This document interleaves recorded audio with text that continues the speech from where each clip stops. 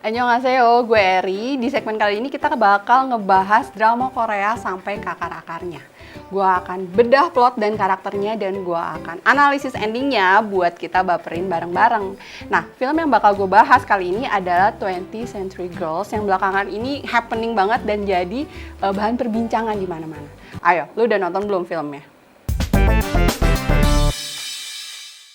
Mari kita bedah plotnya terlebih dahulu. Plot dari film 20th Century Girls ini sebenarnya lumayan ringan, sederhana, dan rada klise sih ya. Jadi menceritakan tentang kisah cinta, bukan kisah cinta segitiga juga karena lebih ribet ya. Jadi kita sebut aja kisah cinta jajaran genjang yang terjalin di kalangan anak-anak SMA dengan latar belakang tahun 1999. Nah, konflik muncul nih akibat kesalahpahaman yang terjadi antara dua sahabat karena salah stalking. Nah loh, kenapa kok bisa salah stalking? Ya dimaklum aja karena zaman itu kan bukan era digital. Jadi mau stalking tuh emang ribet banget urusannya. Zaman yang ketika kita mau buka email aja tuh harus nyalain komputer dulu. Sekarang mari kita bedah karakter dari film 20th Century Girls.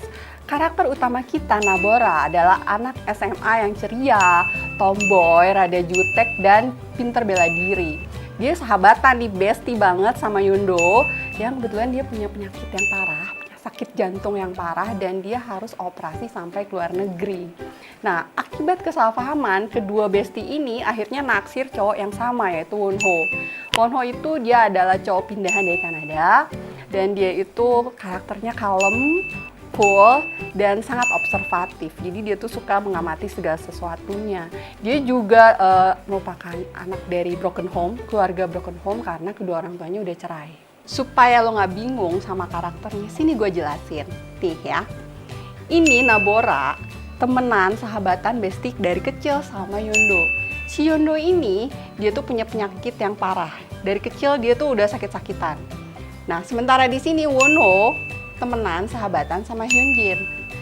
Si Yondo naksir sama Wonho, nyuruh stalking, tapi Nabora malah stalkingnya Hyunjin. Kenapa? Ya itulah dia salah stalking. Jadi pada akhirnya Nabora dan Yondo naksir cowok yang sama, yaitu si Wonho.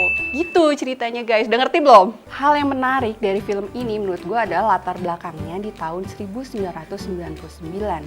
Kalau ditinjau dari perspektif abad 21, kita tuh kalau nonton film ini tuh pasti berasanya bakal greget dan gemes banget. Karena kita udah terbiasa dengan segala kemudahan teknologi. Ya kan, lo mau ngapa-ngapain tinggal klik aja gitu loh. Sedangkan pada saat itu, lo kebayang gak sih Nabora waktu mau stalking orang belum ada medsos?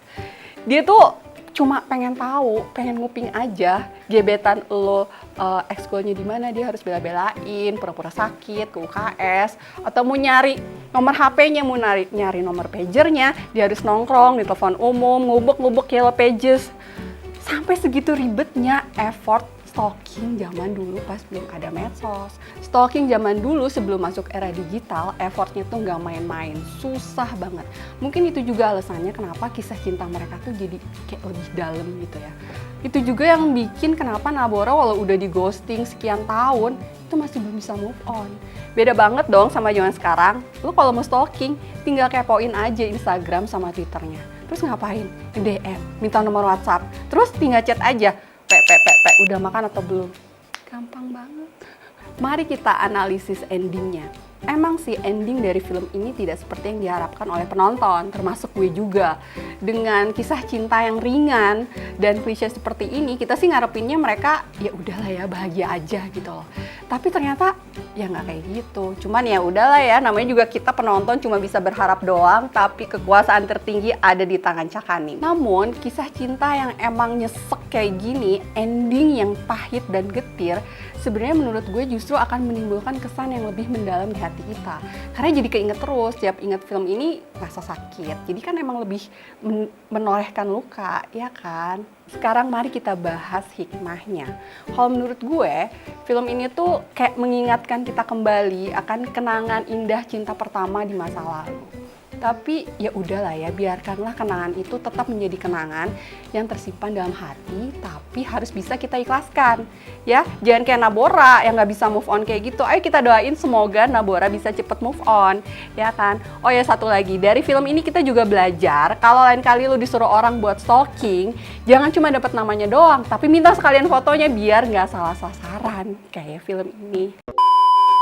Ya, gue rasa sekian dulu review dari gue.